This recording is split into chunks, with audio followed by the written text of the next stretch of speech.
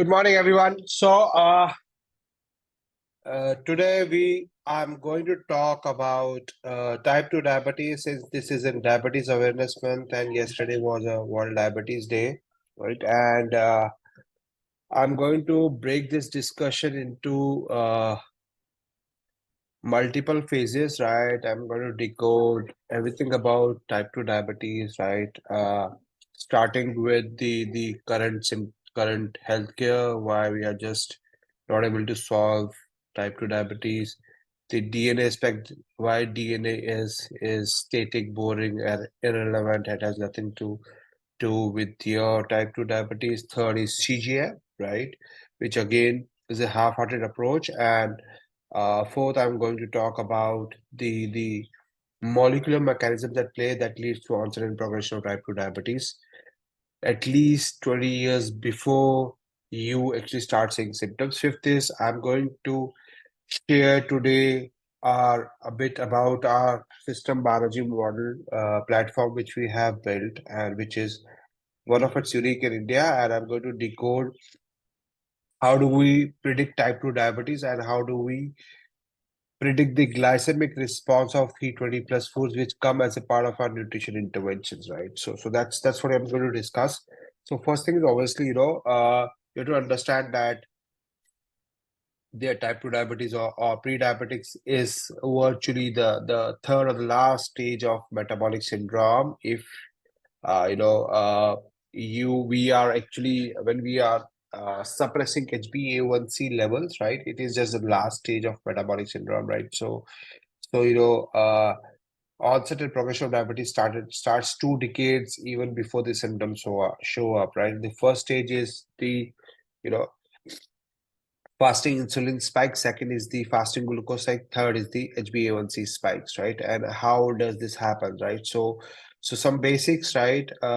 Our body has 25,000 human genes which we get from our parents. We have around 2 to 20 billion microbial genes, which for of the microbes living in our mouth, in our gut, in on our skin, in the vagina in case of females, right?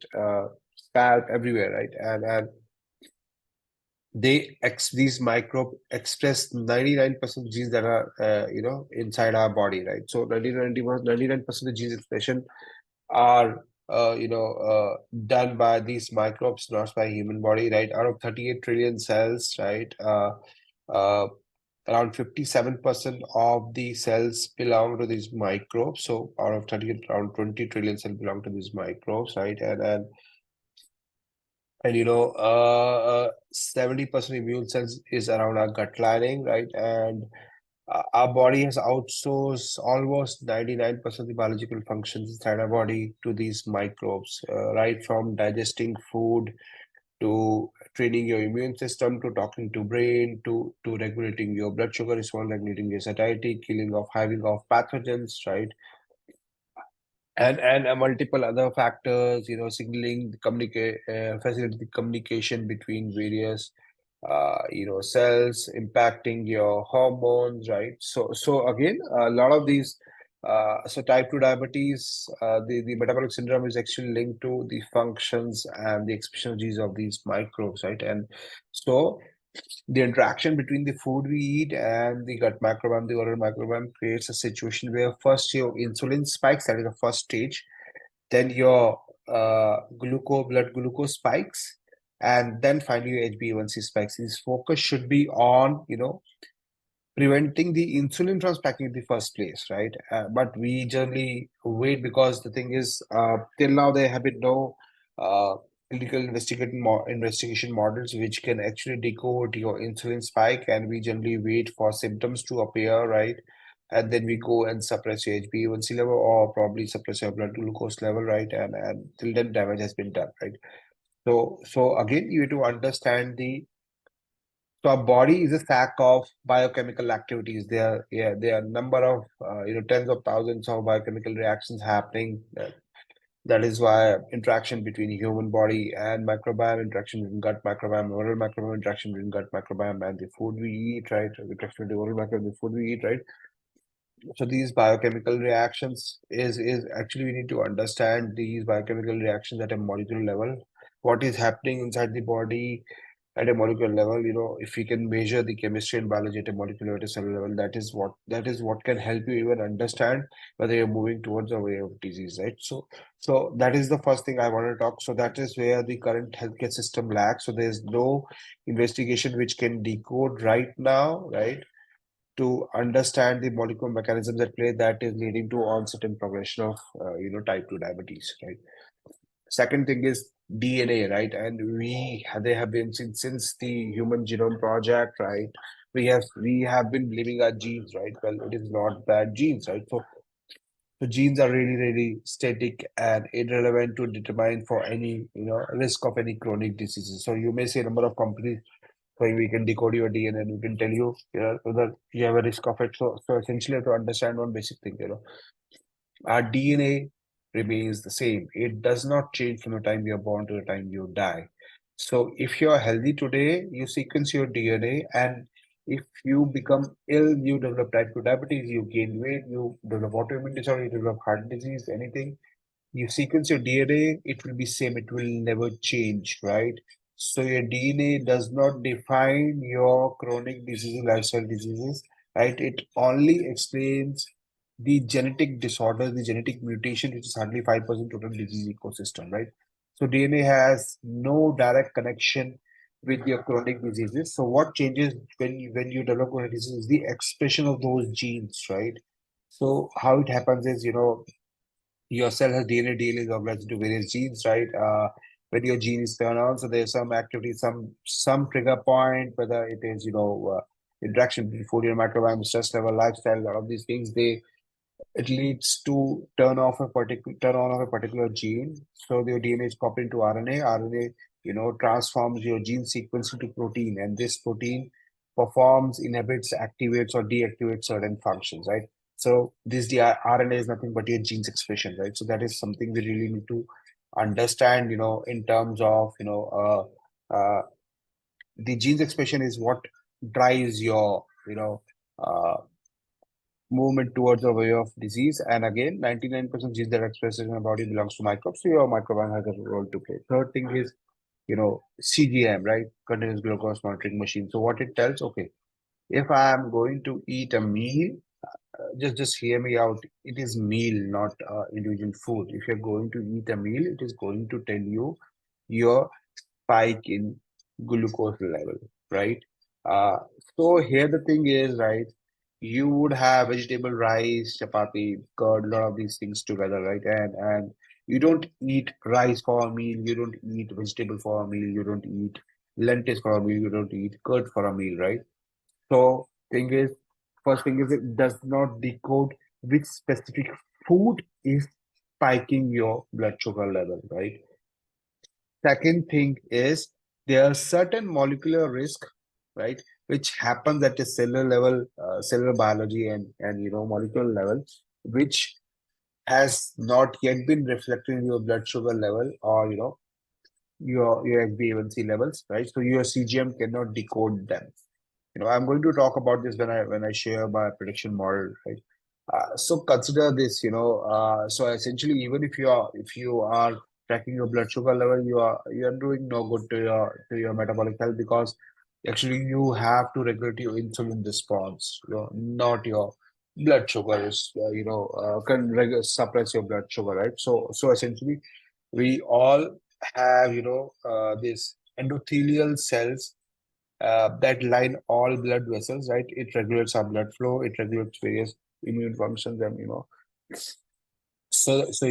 these endothelial cells have a capability to produce nitric oxide, right? And nitric oxide is one of those essential molecules which are produced inside our body every 30 seconds, right? And it does a lot of functions. It regulates your blood flow, it regulates your blood pressure, it helps in regulating your insulin signaling, right? So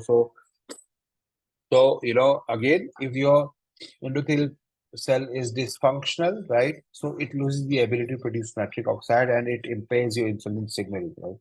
So again, what causes this endothelial cell to dysfunction is is, the inflammation, the oxidative stress, which is again caused by your gut microbiome. So gut microbiome has a role to play, right? Second, so how does nitric oxide is produced? So there's one molecule called L-arginine, which is semi-essential amino acid, right? So we eat through food, but it is also produced by the body, right? So it leads to conversion of nitric oxide through a synthase called, which is you know endothelial nitric oxide synthase, right? And this is responsible. This enzyme is responsible for production of nitric oxide. Second is the oral microbiome. A lot of these microbes in our mouth actually, uh, metabolize these green leafy vegetable, convert nitrate into nitrite. Those nitrate mixes with stomach acid and produces nitric oxide, right? So these are two basic pathways, right? So if your endothelial cell is dysfunctional, right? So what happens? So when you pancreas releasing insulin in response to your consuming something, sugar, glucose, or a lot of these carbohydrates, right? So essentially, what happens is when you eat a food, your oral microbiome pre-digests the food and sends a signal to your gut bacteria to other body parts that something speed is coming along the way. Please start using insulin. Right? So pancreas uses insulin, right? So this insulin binds to insulin receptors, right? Which are generally found on muscle cells, the fat cells, and the liver cells, right? So as in terminal activity, all these insulin signaling uh, happens and cascades at merges at your nitric oxide synthase, right? And then from there, the one of the protein called GLUT4, it is released. It goes to your cell membrane, binds the insulin, and brings it into your cell, and then your mitochondria gets into act. It performs. It uses oxygen to convert that into the energy, which gives the energy to your entire tissues and cells and everywhere, right? So if your endothelial cell is dysfunctional, you lose the ability to produce nitric oxide, right? And then there is an impairment in insulin signaling, right? And all these things would not be decoded by your, CGM, right? Because this is happening at a molecular level, right?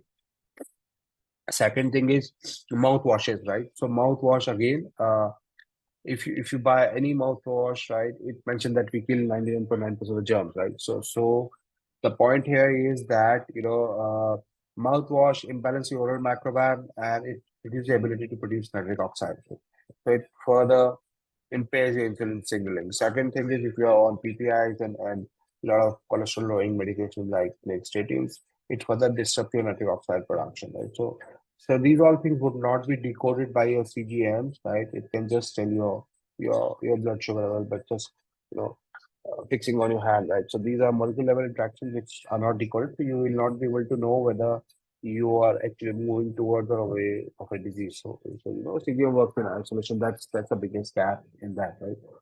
So to coming on to how we are decoded. So we have built a machine learning algorithm based on 30,000 plus research papers in scientific literature.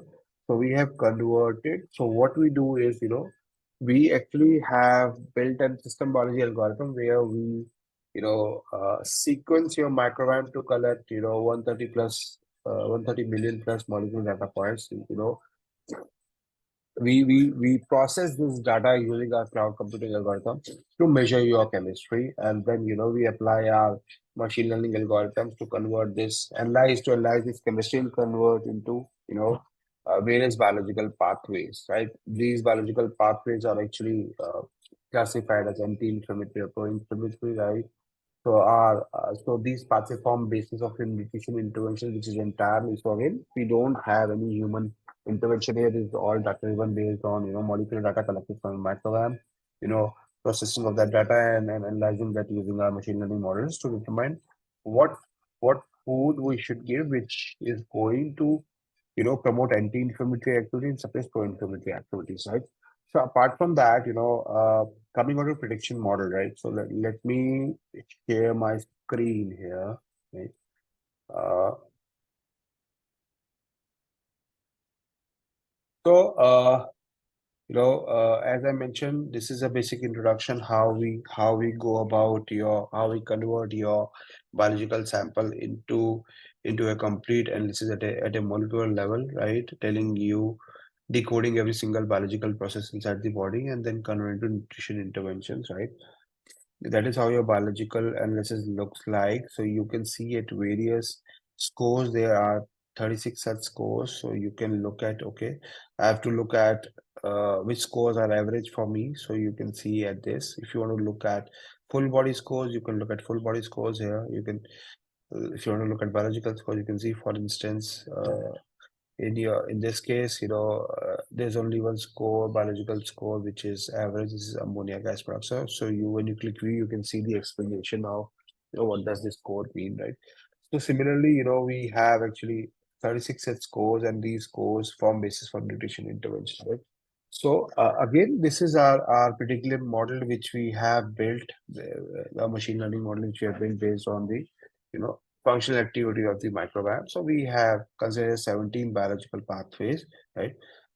These all are nothing but the metabolites produced by your gut microbiome when they interact with the food you eat, right? So it is so consider this, a lot of all the foods have the food entomology have more than 25,000 plus molecules, and these molecules when they hit your gut, right? So consider your gut as a chemical factory, and they process these chemicals, convert into certain outputs, right? So again, the chemicals or the compounds or the molecules which are there in the food interact with your microbiomes. Microbiome, you know, metabolize these foods and convert into various secondary metabolites like glucose metabolism pathway is we look at this. So if you are on a calorie deficient diet, right, or you are too much on intermittent fasting and all that, so when your microbes are hungry, they actually you're not feeding them with the right food. So probably they go to your gut lining where there's fructose, which is again a sugar molecule they eat, and which spikes your insulin, right? So again, it is a pro-inflammatory activity. We see the activity of the fructose metabolism by your microbiome, right? Second is GLP secretion. We all know it. GLP is one of the regulatory satiety. It is said to cause obesity. A low GLP-1 secretion is said to cause obesity and type 2 diabetes, right? And again, this is secreted by one of the short chain fatty acid produced by a gut microbiome acetate, right? Similarly, PYY again is said to regulate your food satiety. These both are anti-inflammatory. Indole acetic acid is the conversion of your tryptophan, which is again amino acids, into indole acetic indole complexes by your microbiome, right? So these are both are anti-inflammatory activities. Again, glutamine is also anti-inflammatory. It is, how the glutamic acid interacts with your microbiome. Tyramine again is pro-inflammatory. So we look at tyrosine and filaminine, which actually how your microbiome metabolizes this, and if it converts into tyramine, this is pro-inflammatory, which can trigger insulin spike, right? And again, phenylene is also one of the molecule which microbiome interacts with and converts into PAG, phenylacetyl which is one of the independent risk factor for cardiovascular disease. Right? Again, precursor is again a pro-inflammatory molecule which is produced by microbiome when they metabolize tyrosine. Again, this leads to insulin spikes. Fructose metabolism, we know, the fructose metabolism, which is again pro-inflammatory, it causes insulin spikes. Similarly, glucose metabolism. Enzyme propionate again is a metabolite released by a microbiome when when they metabolize, a specific amino acid called histidine, right? And again, this is something related to histamine overproduction as well, right? So it is not always that protein you're eating is going to regulate your insulin spike, right? So there are certain proteins, depending on how they're interacting with your microbiome, can lead to insulin spike. Similarly, estrous production is an uh, is an outcome of your microbiome metabolizing a lot of food which is high in sulfate, right? Again, this is anti-inflammatory. This can regulate insulin spike, but high production of stress is detrimental to your health because it can increase your risk of digestive issues. Right? So uric acid again, food which is high in fructose and purines, right? It is one of the independent risk factor for type 2 diabetes. It impairs your insulin secreting. It also suppresses your nitric oxide production, as I shared, right? Oxide metabolism again.